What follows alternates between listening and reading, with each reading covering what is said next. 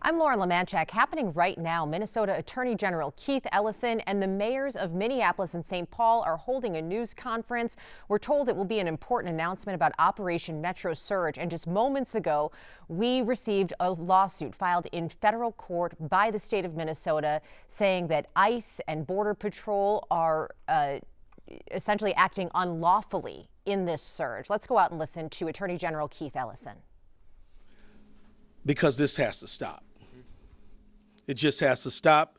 We allege that the obvious targeting of Minnesota for our diversity, for our democracy, and our differences of opinion with the federal government is a violation of the Constitution and of federal law. We allege that the surge's reckless impact on our schools, on our local law enforcement, is a violation of the 10th Amendment and the sovereign laws and powers of the Constitution grants to states.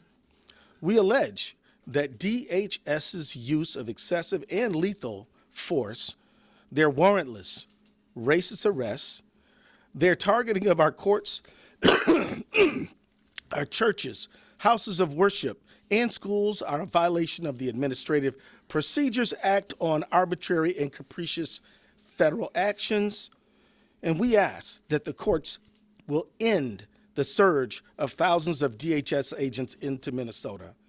We ask the courts to end the DHS unlawful behavior in our state, the intimidation, the threats, the violence. We ask the courts to end the tactics on our places of worship, our schools, our courts, our marketplaces, our hospitals, and even funeral homes. The deployment of thousands of armed mass DHS agents to Minnesota has done our state serious harm. This is, in essence, a federal invasion of the Twin Cities and Minnesota, and it must stop. DHS agents have sown chaos and terror across the metropolitan area and in cities across the state of Minnesota. Schools have gone onto lockdown. Entire districts have had to cancel school for tens of thousands of students to ensure safety and offer online education because of the students' and the parents' fear of coming into the school. Local businesses are struggling. Revenues are down. And some retail stores, daycares, and restaurants have actually closed because people are afraid to go out and to do their shopping, whether they're immigrants or whether they are citizens of many generations. This surge has made us less safe.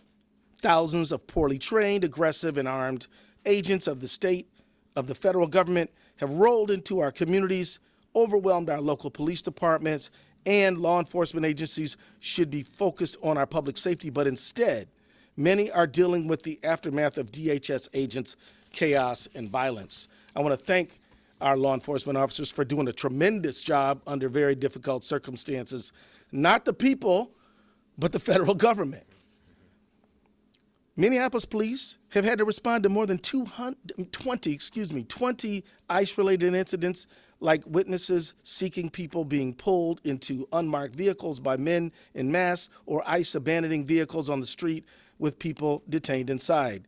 This is an unlawful commandeering of police resources. In just 2 days, responding to the chaos ICE has cost the city $2 billion in law enforcement and overtime expenses. 2 days. And I wish I could stop there, but I can't, because these poorly trained, aggressive, and armed agents of the federal state have terrorized Minnesota with widespread unlawful conduct. They're making unconstitutional arrests and using excessive force.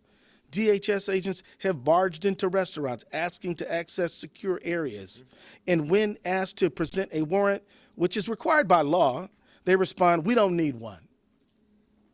DHS agents have arrested peaceful bystanders. They have fired chemical irritants at people obeying lawful orders while exercising their First Amendment rights. They have even done so at some of our most sensitive places, like Roosevelt High School here in Minneapolis. They have detained law-abiding citizens, leaving them handcuffed for hours just because of the color of their skin, or what they're wearing, or they speak English with an accent.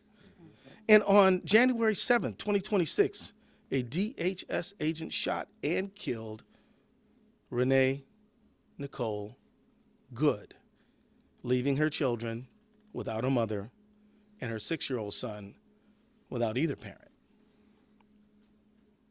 This has to stop. So let's be clear. It never should have started. These agents have no good reason to be here. Minnesota's non-citizen immigrant population is just 1.5%, which is half the national average. Our state's percentage is lower than Utah, Texas, and Florida's, but none of those states have thousands of federal agents swarming their streets or harming their people. The administration says that they're focused on finding criminals. Worst of the worst, they say. But many of the people the DHS is arresting in Minnesota have no criminal history. That fits a pattern. In 2025, 93% of the people arrested by ICE had no violent criminal history, 65% had no criminal convictions at all, and randomly stopping people in the street because their skin color isn't the one that they expect or want isn't doing a thing to help public safety. I've heard the administration talk about fraud. No, not the 43 fraud convictions the president has or the $43 million fraudsters the president has pardoned, but instead saying that ICE is here to look for fraud somehow. You know, we work with federal government all the time, and if the federal government wants to help us with forensic accountants, we're open to that conversation. But these ICE agents who are engaged in the behavior that they're engaged in are not helping public safety at all. Immigration enforcement agents aren't trained to investigate fraud, and randomly stopping people in the street because you don't like their accent isn't going to stop fraud. So enforcing federal immigration law and fighting fraud are just pretexts for this surge. The real reason, it's no secret. Donald Trump and his administration have been targeting people, cities, and states that don't agree with them politically. He singled out Minnesota countless times. He's called us corrupt and crooked. He's attacked our funding to the tune of billions of dollars, which we are challenging. And we fought back, of course. He's attacked programs that Minnesotans rely on and tried to shut them down and pay taxes for. And he's attacked Minnesotans with despicable, racist, xenophobic language. The truth is, Donald Trump doesn't seem to like our state very much. But what's that about? He doesn't like our best in the nation, safe and secure elections. And sometimes he doesn't like who we choose in them. Just last week, Trump claimed that he won Minnesota 3 times, when in fact, he's never won Minnesota. He doesn't like how we take care of each other or how we make sure our kids have enough to eat. He doesn't like the strength that immigrant communities bring to our state. And he doesn't seem to like that we protect our neighbors no matter where they were born. In short, the Trump administration's decision to target Minnesota and Twin Cities is motivated by a desire to retaliate against Trump's perceived political opponents, who are the people of the state of Minnesota and the Twin Cities, rather than any good faith concerns about immigration enforcement, public safety, or law enforcement. In conclusion, I didn't have the pleasure and the benefit of knowing Renee Nicole Good, but her friends and family knew her as someone who was kind, someone who loved her family deeply, and someone willing to stand up for her neighbors. That sounds like the Minnesota that I know. The administration wants to paint false political narratives about us, but we know who we are and we know our rights. The Constitution gives Minnesota the sovereign authority to protect health and well-being of every single person who lives on our borders. The Constitution gives us the right to vote for who we want, pray however we want, and be whoever we want, without fear of being racially profiled, assaulted, or killed in our own communities. We're going to defend those rights because as much as they like to believe it, DHS is not above the law, and the people of Minnesota are certainly not beneath it. Let me now bring forward my mayor, the mayor where I go home at night and is doing a wonderful job protecting our city, Mayor Jacob Frey.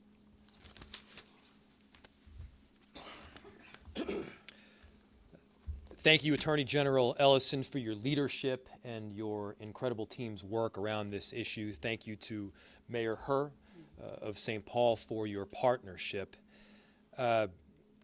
These are not normal times, and so the response that we are asking for from the judicial system and from the courts requires that we file suit at this particular moment. What we are seeing right now is not normal immigration enforcement. We are not asking ICE not to do ICE things. We are asking this federal government to stop the unconstitutional conduct that is invading our streets each and every day. You've seen the videos. At times there are as many as 50 agents arresting one person. The scale is wildly disproportionate and has nothing to do with keeping people safe. In Minneapolis, we've done work extensively with the federal government under multiple administrations to keep people in our city safe. We have worked with the DEA, the ATF, the FBI, the Attorney General's office, as well as the U.S. Attorney's office to successfully drive down crime in our city. We've seen the results of that work, but let's be clear. The stated reason of this federal government for bringing in this full invasion of ICE and border control is not safety. If it were safety, there would be other mechanisms to achieve safety. By the way, crime is down in virtually every category, in virtually every neighborhood of this city. If this were about fraud, then you'd see an invasion perhaps of accountants. But that's not what you see. What you see is people being indiscriminately taken off our streets. Discrimination only takes place to the extent that a determination has made that somebody is Somali or is Latino, or at least they look that way, and then there is virtually no discrimination thereafter. Here's the thing. You can't indiscriminately take people off our streets, American citizens off our streets. You cannot drag pregnant women through the snow.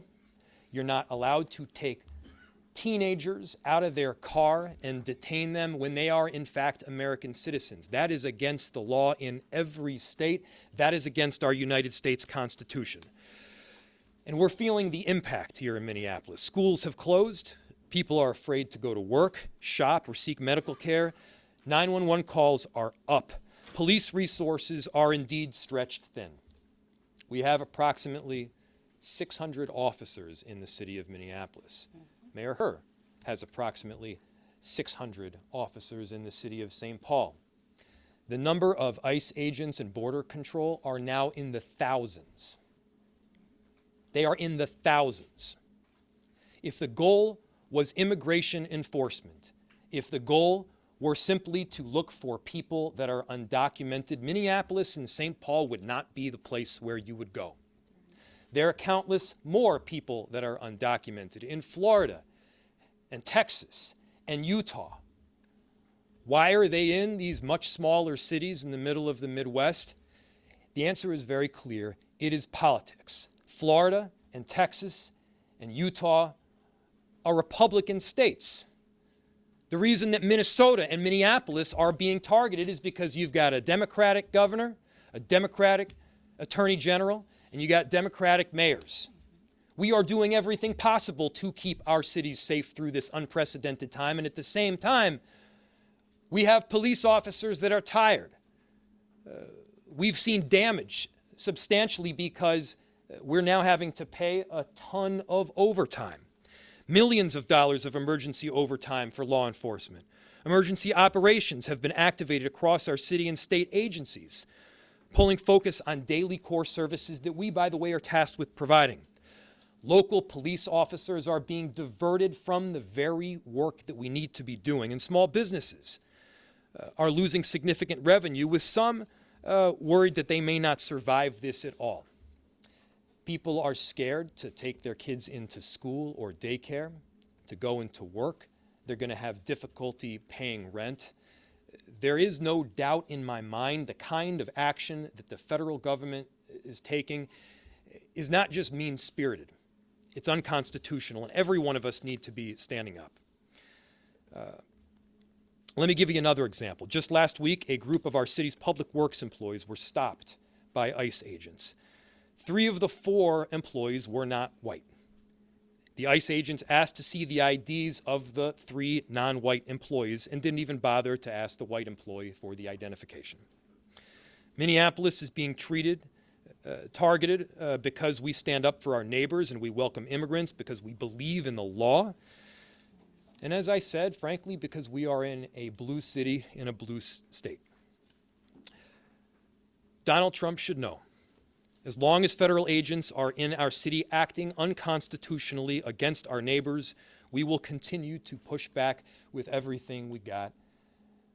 And let me just take a moment to say how grateful I am to the residents of our city and of our state.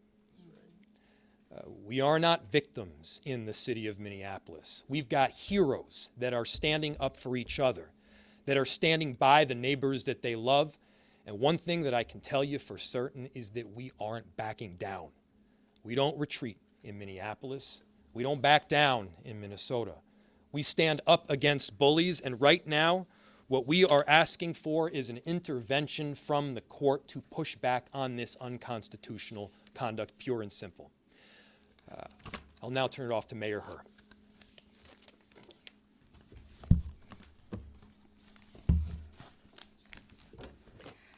Good afternoon, everyone. Today, I'm proud to stand with Mayor Frey and Attorney General Ellison to fight for our residents. This federal occupation of our cities needs to end immediately. Federal law enforcement is racially profiling our residents, creating mass chaos, and undermining the relationship between local government and our communities. We will not stand idly by and watch this happen. With this collective action, we are taking a firm stance to tell federal law enforcement that this cannot happen in our country. It cannot happen in our state, and it cannot happen in St. Paul. Federal law enforcement is going far beyond what they can and should be doing to enforce immigration laws. They are endangering our community's safety, straining our resources, and sowing distrust. While we know we can't control federal agents, we will pull every lever we have to fight back in every way that we can. They've come into St. Paul and needlessly invaded our neighborhoods and homes. They're targeting us based on what we look and sound like. Our residents are scared, and as local officials, we have a responsibility to act. I want to thank Attorney General Ellison and Mayor Frey for taking a united stance for the people of Minnesota. And to our immigrant and refugee communities, let me be clear. You are a vital part of our city. You are loved, and you are wanted, and you are important to the fabric of our state. That's right. As a refugee who came to this country, this is the state that welcomed my grandparents here in the late 70s, allowed our family to break the cycle of poverty in one generation, educated us, allowed us to build wealth, and within one generation have a new family members that are educated and a part of this economy and this workforce. That we need to continue to make sure that our state stays that, and that can't happen if ICE continues to run amok of our city and our state. And so we cannot let this federal administration divide us. We need to come together now more than ever.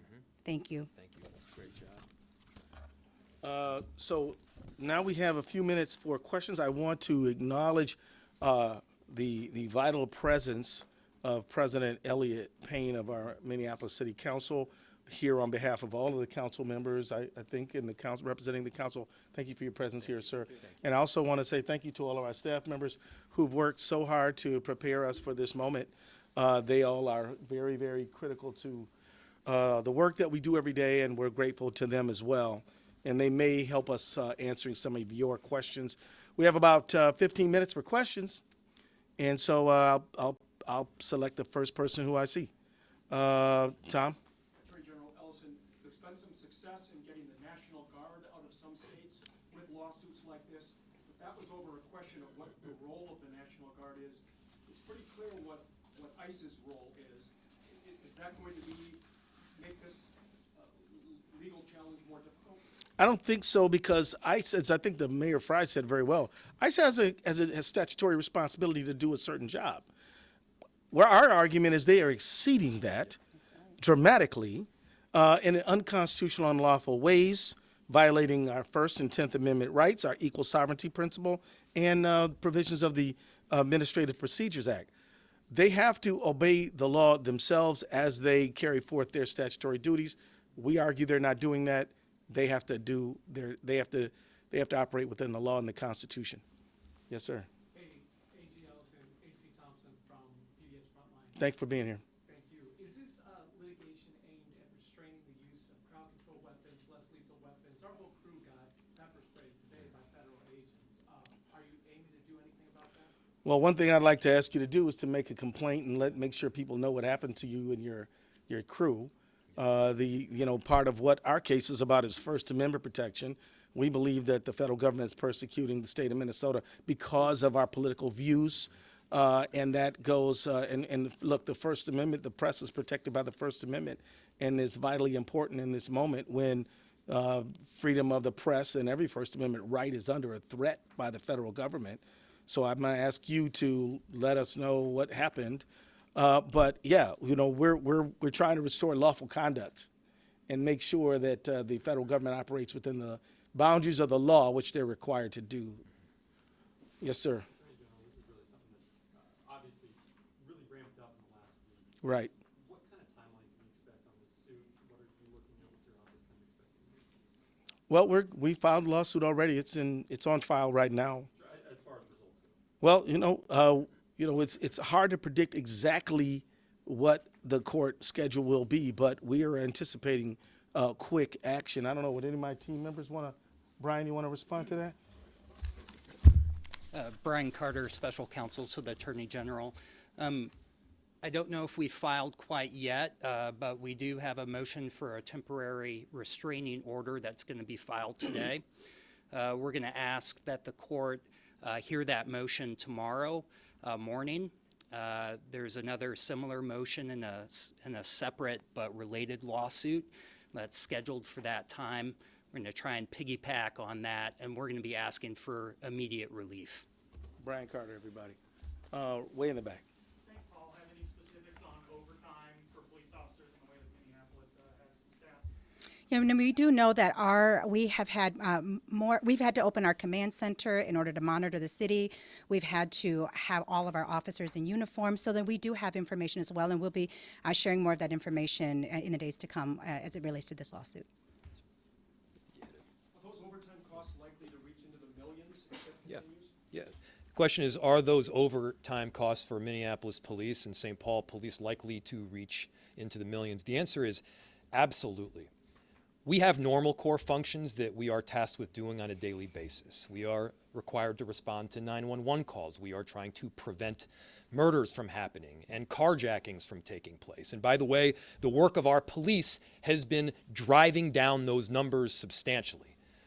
Our police officers have performed admirably because they're not just doing their day-to-day job, they're also responding to countless 911 calls that people are being kidnapped, that agents in unmarked uniforms, in unmarked cars, are simply taking people off the streets that are American citizens.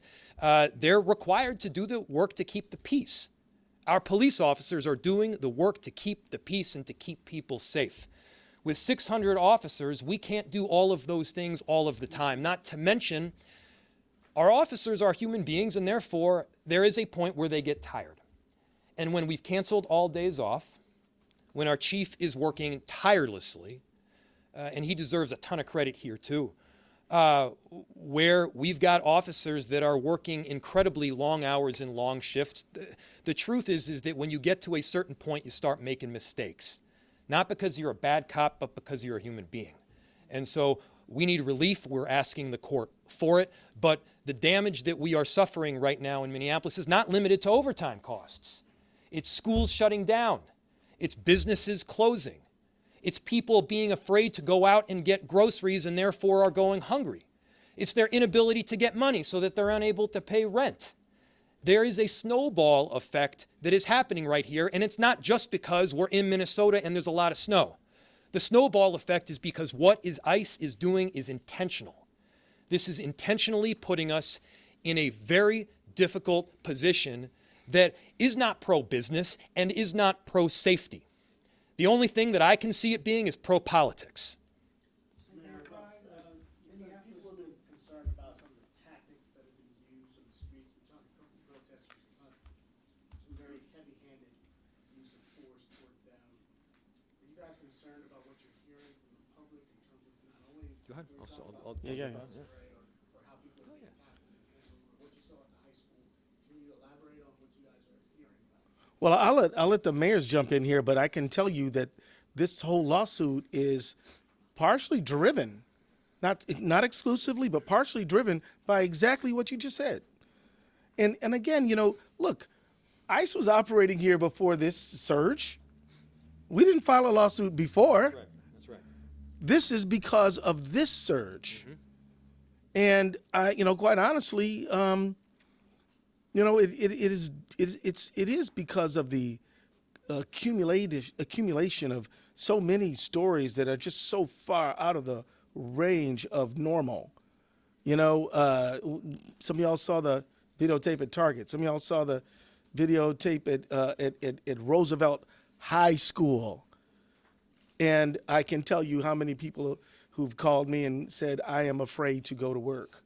And I'm not talking about people who are non-citizens. I'm saying citizens. Because when a woman like Renee Good gets shot down, then everybody, citizens, non-citizens, are terrified. And I'll leave it to the mayors to fill in there. I will say that the question is if we're hearing about it. We are absolutely. I mean, I think that we are really lucky here in our state, and specifically St. Paul, Minneapolis, is that we have a strong network of community organizers who've been working together. We hear almost every instance that happens, whether it's text to us personally and we're looking into it, or whether it's coming into our neighborhood groups, we are hearing it and we are seeing it, and we are looking into, every time I get one, I inquire into it to see. But I think that what's more important in all of this is that it's not just the tactics that are being used. It's the attack on the American people who are citizens. I wasn't born here. I'm carrying my ID with me. I'm carrying my passport card and my ID with me all the time because I don't know when I'm going to be detained, when I'm going to be approached. The fact is that it doesn't have to, the tactics doesn't even at this point really matter, right? It's the fact that we are being attacked as American citizens right now, and we are hearing of it, and we are inquiring into it every single time we get something sent to us. A lot of lawsuits against the federal government that have been ongoing, led by your office. We also do have the backdrop of fraud investigations happening as well. Can you just speak about how resources are being doled out in the Attorney General's office and who's being dedicated to fighting the federal government? Our Medicaid fraud unit is hard at work. We've prosecuted and convicted over 300 people since I've been Attorney General for Medicaid fraud, and other people in our office who do agency representation. They're working hard, but but the people who work on what I call federal accountability, they're busy too, because the federal government has tried to deprive our state of money that we're entitled to by statute, that has been appropriated to our state, and if we don't fight for it, we won't get it, and that will deprive the people of the state of Minnesota of resources and money that they deserve. And I'm talking about things like SNAP benefits, housing benefits, child care benefits, all kinds of benefits, National Institute of Health benefits, FEMA benefits that they've tried to unconstitutionally deprive us from. So do we have resource pressure? Yeah, my folks are working really hard, harder than they should have to. But we can walk and chew gum, and we're fighting fraud every single day. And let me just say this about fraud: anybody who steals from a program designed to help poor people is no friend of mine, right. And I'm all good to hold them accountable. And the federal government, they're doing all this stuff that we don't need them to do. I wish they'd do some more things we do need them to do. Now, I'm not talking about local federal officials. They're doing their job. We worked with the U.S. Attorney's Office and the FBI to fight fraud, and I'm very glad with their partnership. What I'm referring to is the substance of this lawsuit right now. This is not what we need. We don't need this, but we need all the help we can get to help make sure that every dollar that the generous people of Minnesota devote to helping others gets to those others. AG, just one more, if I may. If the courts do rule in your favor here, are you confident that DHS and the federal government will abide by the judge's orders, and what would be the next? Yes, I am. No, I believe that they will abide by the orders, because I believe that anybody who stands below an American flag, lifts up their hand and swears an oath to support and defend the Constitution of the United States, will abide by the lawful orders of a court. And if they don't, I want everybody in this room to know that they are the ones who are expressing contempt for the rule of law. Now, having said that, you asked the what if question. Well, you know, there are ample ways to make a miscreant violator of a court order obey that court order. One of them is a contempt of court, but let's not jump there. Let's expect good conduct and obedience to law, and that's what we expect. That's what we expect we're going to get. And I think there's a possibility that Mayor Frey wanted to talk a little bit more about what your citizens are going through, or maybe you covered that already. I can add on to Yeah, but I just think yeah. Well, you want to go for it? just in general. Yeah, just like what people are dealing with, man. Yeah. I mean, we don't use the word invasion lightly. What we are seeing is thousands, plural, thousands of federal agents coming into our city. And yeah, they're having a tremendous impact on day-to-day life. And it's a negative one. And whether that's kids that are trying to get to school or businesses that are trying to open, that's police officers that are responding to 911 calls. It's just about being able to conduct daily life right here in our city. And look, this is not about fraud. When you have a fraudster, you investigate, you charge, you prosecute, you hold the person accountable, and then they get put in jail as an individual. They get put in jail as an individual. You do not hold an entire community or an entire city accountable for the actions of the fraudsters. That's not a novel concept. That's just the way this works in American society, and we should be abiding by that. Good, thank you, Mr. Mayor. And let me say thank you, Mayor Herr. Let me say thank you to the men and women of the independent press of America. Yep. The reality is that the work you do is critically important to get the word out to the people, and we are grateful for it. And with that, we're going to conclude, but I'm sure any of us will be willing to talk to y'all offline. Bye-bye.